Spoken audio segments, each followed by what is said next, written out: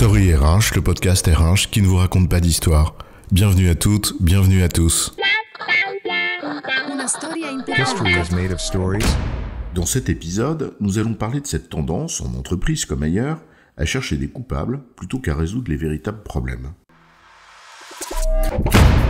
Marcel Pagnol disait que, je cite, « Les coupables, il vaut mieux les choisir que les chercher ». Grande tradition en cas d'échec, mais aussi quand on veut faire passer des transformations, que de désigner un coupable, externe de préférence. On désigne du doigt ce qui nous arrange, parfois sans mauvaise intention d'ailleurs, peut-être tout simplement par paresse. Comme à l'école dans la cour de récréation, c'est pas moi monsieur, c'est lui. C'est celui qui le dit qui est. On n'est pas sorti ni des ronces ni de l'auberge, car l'entreprise prend parfois tous les atours de la cour de récréation. Alors on veut des coupables. C'est quoi l'histoire ? Bien sûr, c'est une vieille rengaine et chacun et chacune d'entre vous le sait. Personne n'est dupe, bien sûr, tout le monde sait bien qu'agiter le spectre du méchant du dehors, c'est un truc vieux comme le monde. Qu'il s'agisse de voir le petit défaut de l'autre plutôt que le sien qui pète au milieu de la figure, comme de trouver un bouc émissaire facile ou de s'empresser de désigner un coupable tout trouvé plutôt que de s'attaquer au sujet. Tu as raison, personne n'est dupe. Donc on va nous dire qu'on enfonce des portes ouvertes. Ce c'est évident, prononcé avec le léger dédain de celui ou celle qui sait. Celui ou celle qui sait n'est pas dupe, bien sûr. On ne lui fait pas le coup de pointer du doigt l'erreur d'arbitrage ou l'état du terrain pour ne pas avouer qu'on a perdu parce qu'on a été moins bon.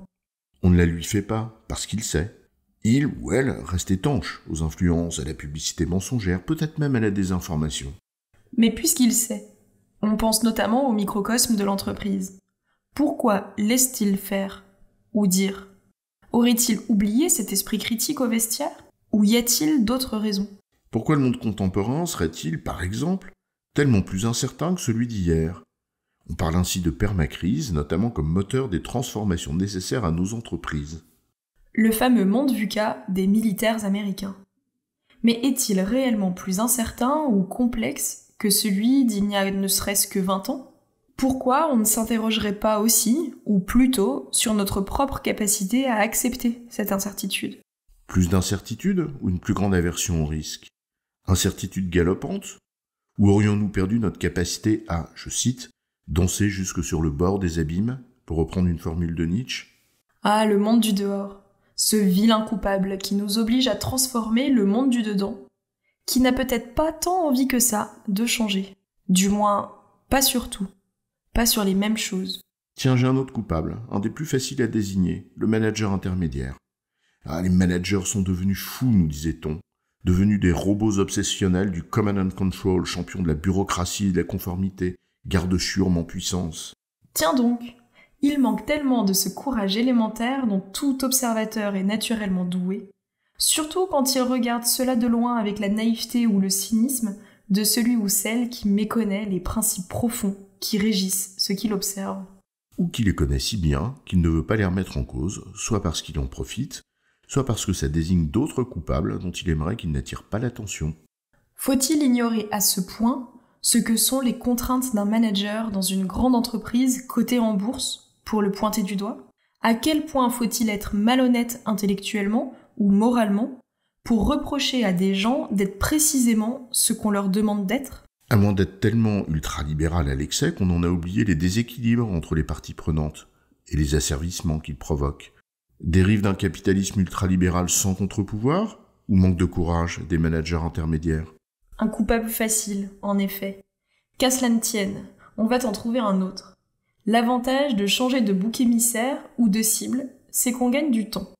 Allez, dans la grande tradition du HR bashing, on va désigner la fonction RH comme grande coupable. Cette fonction RH, responsable de tant de rigidité, d'obsession de la conformité, de cette inflation de la machine administrative, mais n'est-elle pas le reflet de ce qu'on lui demande et de ce que nous sommes ? Des institutions, entreprises du secteur concurrentiel ou pas, si craintives à l'idée du moindre risque qui ne serait pas sous contrôle, qu'elles cherchent à tout cadenasser, au point parfois d'être dans le déni de réel. Or, le déni de réel, en l'occurrence, c'est une dissonance entre le travail prescrit et le travail réel. On parle des souffrances qui en résultent, celles des gens qui travaillent et celles de leurs managers de proximité qui sont pris entre les deux. Parce que laisser une marge de manœuvre pour adapter au réel, c'est aussi une prise de risque. Dommage. Et si tu contournes, soit c'est pas vu, pas pris, et si t'es pris, eh bien, c'est pas nous. Le risque de l'un ou la souffrance de l'autre?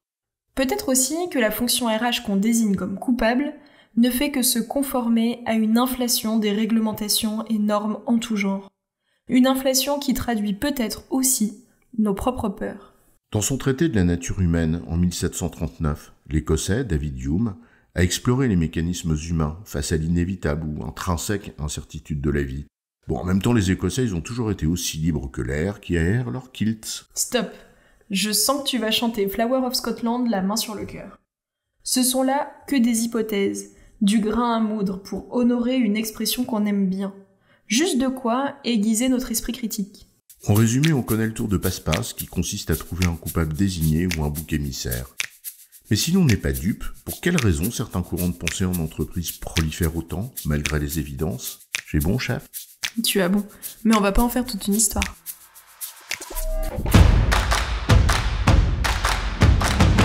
Story RH, le podcast RH qui ne vous raconte pas d'histoire.